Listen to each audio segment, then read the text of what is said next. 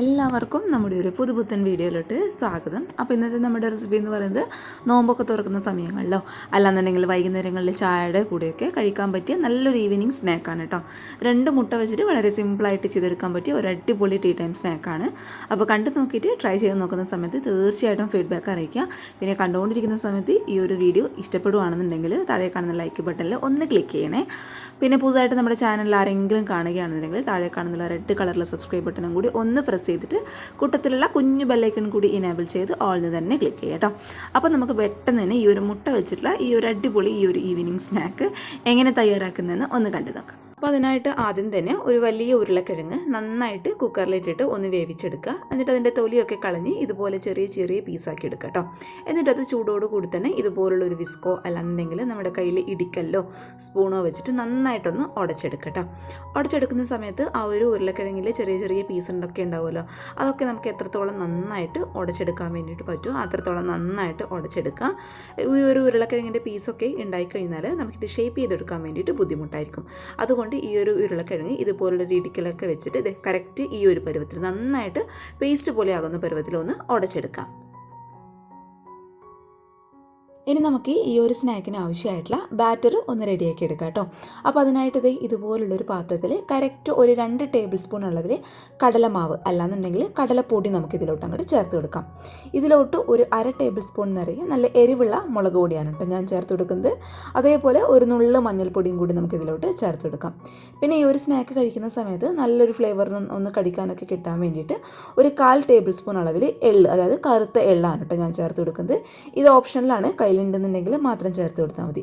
പിന്നെ ഈ ഒരു മാവിന് ആവശ്യമായിട്ടുള്ള ഒരു നുള്ളു ഉപ്പും കൂടി ഇട്ടിട്ട് നന്നായിട്ട് ഇതുപോലുള്ള ഒരു വിസ്ക് പോലാന്നുണ്ടെങ്കിൽ സ്പൂണോ വെച്ചിട്ട് ഒന്ന് മിക്സ് ചെയ്ത് കൊടുത്തതിന് ശേഷം കുറച്ചായിട്ട് വെള്ളം നമുക്ക് ഒഴിച്ചു കൊടുക്കാം കേട്ടോ. അപ്പോൾ വെള്ളം എന്ന് പറയുമ്പോൾ സാധാരണ പച്ചവെള്ളം തന്നെയാണ്, ചൂടുവെള്ളം അല്ലാന്നുണ്ടെങ്കിൽ ഇളം ചൂടുള്ള വെള്ളം ഒന്നുമല്ല, സാധാരണ വെള്ളം ഒഴിച്ചിട്ട് നന്നായിട്ടൊന്ന് മിക്സ് ചെയ്ത് കൊടുക്കാം. അപ്പോൾ വെള്ളം ഒഴിച്ചു കൊടുക്കുന്ന സമയത്ത് ശ്രദ്ധിക്കുക, ഒരുപാട് അങ്ങോട്ട് കൂടിപ്പോകണ്ട.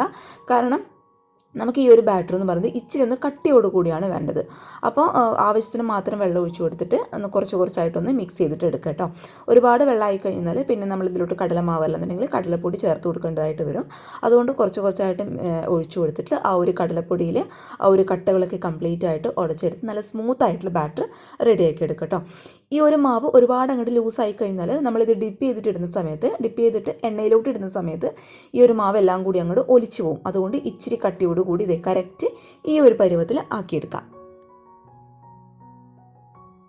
ഇനി ഇതേ മറ്റൊരു പാനിൽ ഒരു 2 ടേബിൾ സ്പൂൺ അളവിൽ വെളിച്ചെണ്ണ നമുക്ക് ഒഴിച്ചു കൊടുക്കാം.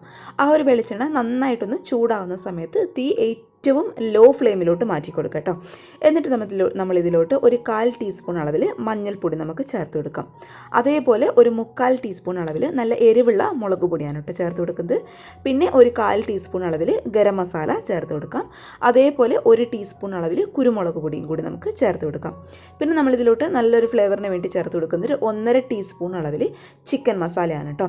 ഈ ഒരു സമയത്തൊക്കെ തീ എന്ന് പറയുന്നത് ഏറ്റവും ലോ ഫ്ലെയിമിലായിരിക്കണം, അല്ലാന്നുണ്ടെങ്കിൽ ഈ ഒരു പൊടികൾ ചേർത്തപ്പോൾ തന്നെ പെട്ടെന്ന് അങ്ങോട്ട് കരിഞ്ഞു പോകും കേട്ടോ. എന്നിട്ട് നന്നായിട്ട് ഇതുപോലെ ഒന്ന് വഴറ്റിയെടുക്കുക. ആ ഒരു പൊടികളുടെ പച്ചമണം ആ ഒരു ലോ ഫ്ലെയിമിൽ കിടന്ന് വെളിച്ചെണ്ണയിൽ കിടന്ന് നന്നായിട്ട് അങ്ങോട്ട് മൊരിഞ്ഞ് നല്ലൊരു മണം വരും കേട്ടോ.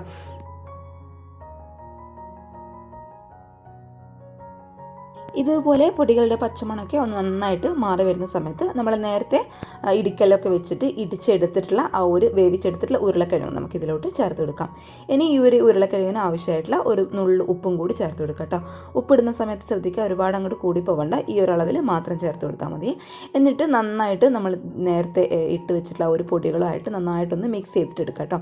നന്നായിട്ടൊന്ന് മിക്സ് ചെയ്യുക. അപ്പോഴേ നമ്മുടെ ആ ഒരു ഉരുളക്കിഴങ്ങിൻ്റെ മസാലയ്ക്ക് നല്ലൊരു ടേസ്റ്റ് ഉണ്ടാവും.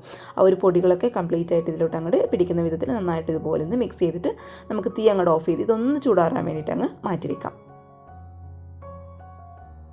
ഇനി ഇത് ഞാനിവിടെ 2 കോഴിമുട്ട നന്നായിട്ടൊന്ന് പുഴുങ്ങിയെടുത്ത് അതിൻ്റെ തൊലിയൊക്കെ കളഞ്ഞ് ചെറുതായിട്ട് ഞാൻ ഇതുപോലെ ഒന്ന് കട്ട് ചെയ്ത് വെച്ചിട്ടുണ്ട് കേട്ടോ. ഇത് നമുക്കങ്ങ് മാറ്റി വെക്കാവേ. അപ്പോൾ നമ്മൾ നേരത്തെ മസാലയൊക്കെ മിക്സ് ചെയ്ത് വെച്ചിട്ടുള്ള ഉരുളക്കിഴങ്ങിൻ്റെ ആ ഒരു ചൂടൊക്കെ ഒന്ന് മാറിക്കിട്ടിട്ടുണ്ട്. ഒരുപാട് ചൂടാറാൻ വേണ്ടിയിട്ട് അങ്ങോട്ട് മാറ്റി വയ്ക്കാൻ കേട്ടോ. ഇനി ഈ ഒരു ഉരുളക്കിഴങ്ങ് ഇതുപോലെ കൈ വെച്ചിട്ട് ഒന്ന് മിക്സ് ചെയ്യുന്ന സമയത്ത് കയ്യിലോട്ട് പിടിക്കുന്നു അങ്ങനെ ഒരു പ്രശ്നം ഉണ്ടെന്നുണ്ടെങ്കിൽ കയ്യിൽ കുറച്ച് വെളിച്ചെണ്ണ ഒന്ന് തടവി കൊടുത്തിട്ട് നന്നായിട്ടൊന്ന് കുഴച്ചെടുക്കാം കേട്ടോ. ഇനി ഈ ഒരു ഉരുളക്കിഴങ്ങിൽ നിന്നും കുറച്ച് ഒരു ഉരുളക്കിഴങ്ങ് എടുത്ത് കുറച്ച് ആ ഒരു ഉരുളക്കിഴങ്ങിൻ്റെ മിക്സ് എടുത്തിട്ട് നമ്മുടെ കൈ കൈയുടെ അടിയിൽ വെച്ചിട്ട് നന്നായിട്ട് ഇതുപോലെ ഒന്ന് റൗണ്ട് ഷേപ്പിലൊന്ന് ഉരുട്ടിയെടുക്കുക കേട്ടോ. ആ ഒരു സ്മൂത്ത് ആക്കിയിട്ട് എടുക്കുക. എന്നിട്ട് ഇത് കൈയുടെ അടിയിൽ വെച്ചിട്ട് ഇതുപോലെ ഒന്ന് പരത്തിയെടുക്കുക. പരത്തിയെടുക്കുന്ന സമയത്തും അതേപോലെ ഉരുട്ടിയെടുക്കുന്ന സമയത്തൊക്കെ കയ്യിൽ ഒട്ടിപ്പിടിക്കുന്നുണ്ടെങ്കിൽ അപ്പം തന്നെ വെളിച്ചെണ്ണ ഒന്ന് കയ്യിൽ തടവി കൊടുത്തിട്ട് നന്നായിട്ട് ഇതുപോലെ ഒന്ന് ചെയ്ത് കൊടുക്കുക കേട്ടോ.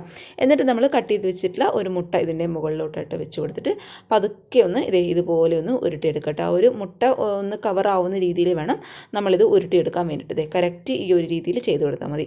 എവിടേക്കാണോ നമ്മുടെ മുട്ട പുറത്ത് കാണുന്നത് അവിടേക്ക് ഒരു മസാല വെച്ചിട്ട് നന്നായിട്ട് ഇതുപോലെ ഒന്ന് കവർ ചെയ്ത് നമ്മുടെ കൈയുടെ അടിയിൽ വെച്ചിട്ട് ഇതുപോലെ അങ്ങോട്ട് റോൾ ചെയ്തിട്ട് എടുക്കാം.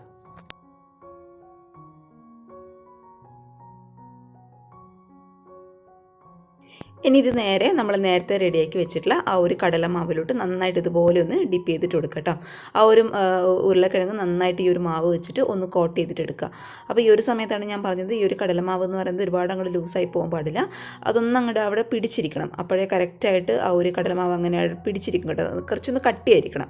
അത്രമാത്രം ഒന്ന് ശ്രദ്ധിച്ചാൽ മതി. എന്നിട്ട് ഇത് നേരെ എണ്ണയിലിട്ടിട്ട് നന്നായിട്ടൊന്ന് ഫ്രൈ ചെയ്തിട്ട് എടുക്കാം. അപ്പോൾ ഈ ഒരു സമയത്തൊക്കെ തീ എന്ന് പറയുന്നത് ഒരു മീഡിയം ഫ്ലെയിമിൽ വെച്ചോളൂ. ഒരുപാട് ലോ ഫ്ലെയിമിലായി പോകണ്ട, അതേപോലെ ഒരുപാട് ഹൈ ഫ്ലെയിമിലായി പോകണ്ട. ഒരു മീഡിയം ഫ്ലെയിമിൽ വെച്ചിട്ട് എല്ലാ ഭാഗത്തും നന്നായിട്ട് ഇതുപോലെ ഒന്ന് മൊരിച്ചിട്ടെടുത്താൽ മാത്രം മതി. അപ്പോൾ ഓരോന്നോരോന്നായിട്ട് നമുക്കിതുപോലെ ഇതിൻ്റെ ഒത്തിരി അങ്ങോട്ട് ഇട്ട് കൊടുക്കാം. ഈ ഒരു സ്നാക്കിൻ്റെ എല്ലാ ഭാഗവും ഇതുപോലെ ഒന്ന് മൊരിഞ്ഞ് വരുന്ന സമയത്ത് ഇത് പതുക്കെ നമുക്കിതുപോലെ അങ്ങോട്ട് എണ്ണയിൽ നിന്ന് അങ്ങോട്ട് എടുത്ത് മാറ്റി കൊടുക്കാം കേട്ടോ. കറക്റ്റ് ഇത് നന്നായിട്ട് മൊരിഞ്ഞ് ഈ ഒരു കളറായി കിട്ടണം. അപ്പോഴേ ഉള്ളൊക്കെ നന്നായിട്ട് നല്ലൊരു ടേസ്റ്റ് ഉണ്ടാവും. അപ്പോൾ കറക്റ്റ് ഈ ഒരു കളറായി കിട്ടുന്ന സമയത്ത് ഇത് പതുക്കെ നമുക്ക് എണ്ണയിൽ നിന്ന് അങ്ങോട്ട് എടുത്ത് മാറ്റി കൊടുക്കാം.